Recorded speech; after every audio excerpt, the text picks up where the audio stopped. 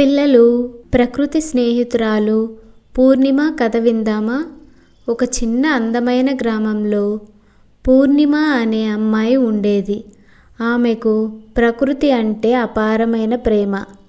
ఉదయం సూర్యుడు ఉదయించగానే పూర్ణిమ తోటలోకి వెళ్ళి పూల సువాసనను ఆస్వాదిస్తూ చెట్లకు నీళ్లు పోసేది.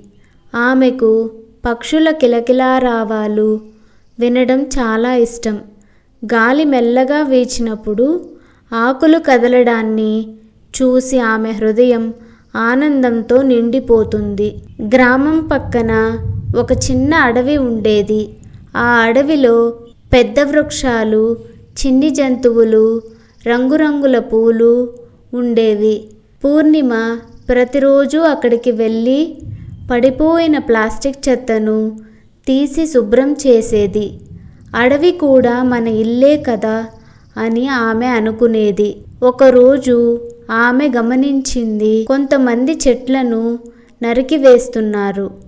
అడవి నెమ్మదిగా తగ్గిపోతుంది. పూర్ణిమకు చాలా బాధ వేసింది. ఆమె గ్రామ పెద్దల దగ్గరకు వెళ్ళి ధైర్యంగా చెప్పింది, చెట్లు మనకు గాలి ఇస్తాయి, నీడ ఇస్తాయి, జీవం ఇస్తాయి.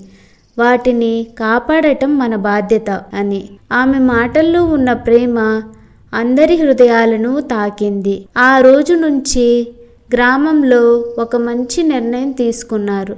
ప్రతి కుటుంబం ఒక మొక్క నాటాలి అని. కొన్ని నెలల తరువాత ఆ గ్రామం మరింత పచ్చగా మారింది. పక్షులు తిరిగి వచ్చాయి. అడవి మళ్ళీ జీవంతో నిండిపోయింది. గ్రామస్తులు పూర్ణిమను ప్రకృతి స్నేహితురాలు అని ప్రేమగా పిలిచారు. పూర్ణిమ నవ్వుతూ చెప్పింది, ప్రకృతిని ప్రేమిస్తే అది మన జీవితాన్ని అందంగా మారుస్తుంది. కథ నీతి, ప్రకృతిని కాపాడటం ప్రతి ఒక్కరి బాధ్యత.